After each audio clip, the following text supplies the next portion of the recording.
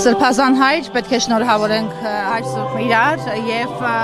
որը շատ կարեւոր է, բայց ինչպես հասկանում ենք ամեն տարի այս օրը Էջմիածնի ծննդյան օրը նշվում էր գեղեցիկ արողակարգով, այս անգամ առանձնահատուկ կարևորություն է տրվել հաշվի առնելով նաև մեր հայաստանյան ներքին կյանքի վերջին զարգացումները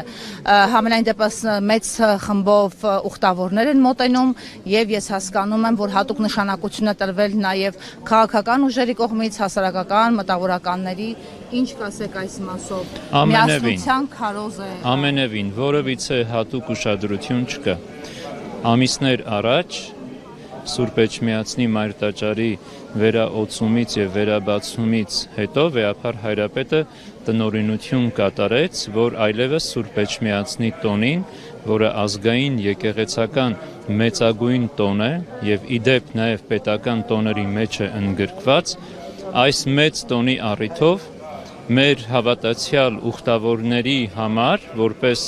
խոնարհում եւ բարեպաշտության դրսեւորում դուրս բերվեն Մայր Աթոր Սուրբ Էջմիածնում պահվող համաքրիստոնեական եւ ազգային սուրբ մասունքները։ Եվ ահա առաջին անգամը լինելով Մայր տաճարի վերաբացումից հետո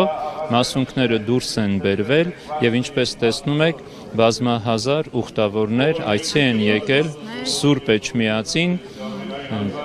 մասնակցելու Սուրբ Էջմիածնի տոնին եւ իրենց խոնարհումն ու աղոթքը բերելու սուրբ մասունքներին, որոնք դրվել են Մայր տաճարի հովանու ներքո։ Միասնության գաղափարը, միասնության քարոզը այսօր հանրային գործիչները նշում են, որ ամենից շատն է հարկավոր հայը այսօր այնպիսի ճակատագրական դառը օրեր է ապրում, որ պետք է միասնաբար հաղթահարի։ Միասնության քարոզը մեր մեջ տարվում է հավասարապես, թե միևնույն է իշխանությունը կարողանում է իր խնդիրը լուծել, երբ որ ամեն րոպե, ամեն ժամ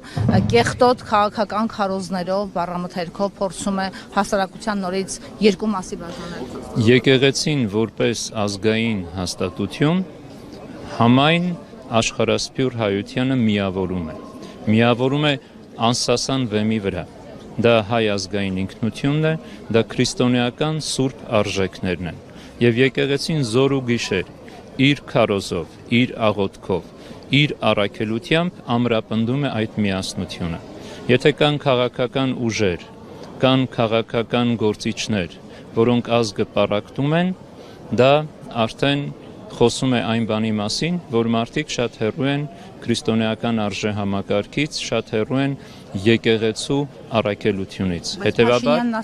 Հետևաբար լինեն իշխանություններ, լինեն ընդդիմություն, լինեն այլ կարգի հոսանքներ, նրանք ականջալուր պետք է լինեն եկեղեցու հորդորին եւ պատգամին, որը ազգային անսասան միասնություն ընդդեմ ներքին եւ արտաքին բազմաթիվ մարտահրավերների։ Մենք պետք է գիտակցենք, որ այսօր կանգնած ենք լուրջ գոյաբանական մարտահրավերների առջև։ Մեր պետության եւ պետականության ամրապնդման ծանր բեռն է իջել այսօրվա սերունդների վրա։ Եվ ահա եկեղեցին այդ ամենը քաջ գիտակցելով զոր ու գիշեր իդեմս հայոց հայրապետի եւ ողջ հոգեվոր դասի արթնության կոչ է հնչեցնում, հորդոր է բերում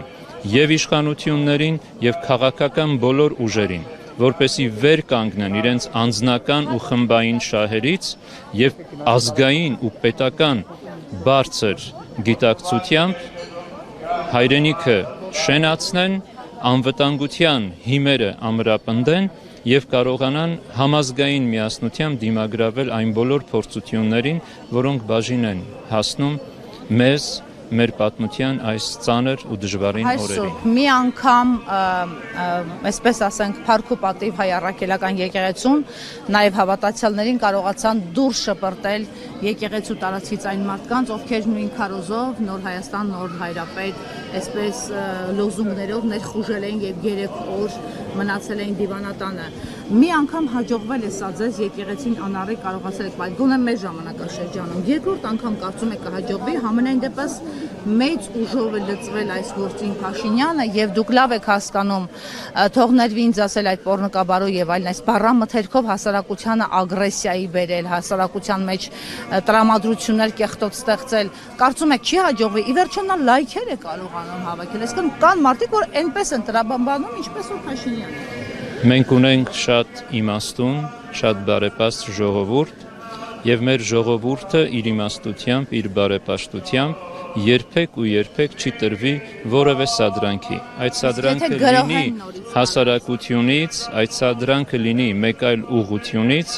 ժողովուրդը գիտե իր ազգային սրբություններն ու արժեքները պահպանել ու պաշտպանել, իսկ հոգևորականներս մենք կոչվում ենք զինվորյալ միաբանություն Սուրբ Էջմիածնի, մենք ուխտ ենք արել մեր անձը զոհաբերելու վասն հայրենյաց եւ վասն Հիսուսի։ Ես լիովին հասկանում եմ, բայց դուք հասկանում եք, որ Փաշինյանի ձեռքի գործը ամենևին էլ հավատացյալի չէ, նա ամենևին էլ չի գործում ինչպես շարքային քաղաքացի, նա օգտվում է իր իշխանական, իր կառավարական լծակներից եւ կարող է ցանկացած հրաման տալ, ինչպես օրինակ օրեր առաջ տվեց եւ եկեղեցուն աջակցած բարերարին ձերբակալել, փորձեց նսեմացնել, նրա բիզնեսներին տիրանալ կամ չգիտեմ, այսպեսի քայքայման գործընթաց է սկսել։ Դուք կարծում եք մեր արժե համակարգը կարող է դիմադրել այսպիսի կեղտոտ արշավներին։ Մենք այնպիսի ձեր կարծիքով սա իր իշխանությունը մեծացնելու համար է, թե իսկապես արտաքին